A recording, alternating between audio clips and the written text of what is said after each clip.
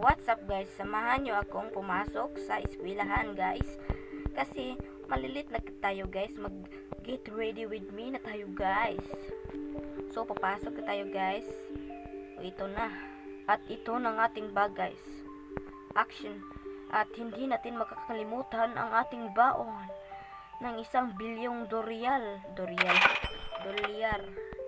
At yan guys, hindi na tayo maliligo dahil dito na tayo sa bahay, sa eskwelahan natin guys.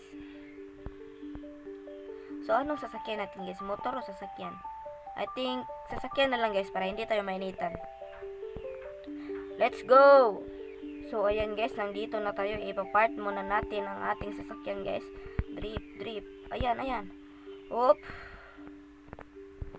So ayan guys, papasok na tayo. Hello classmate. Hindi na naman mamansin ng classmate ko guys. Ayun, papasok na lang tayo guys.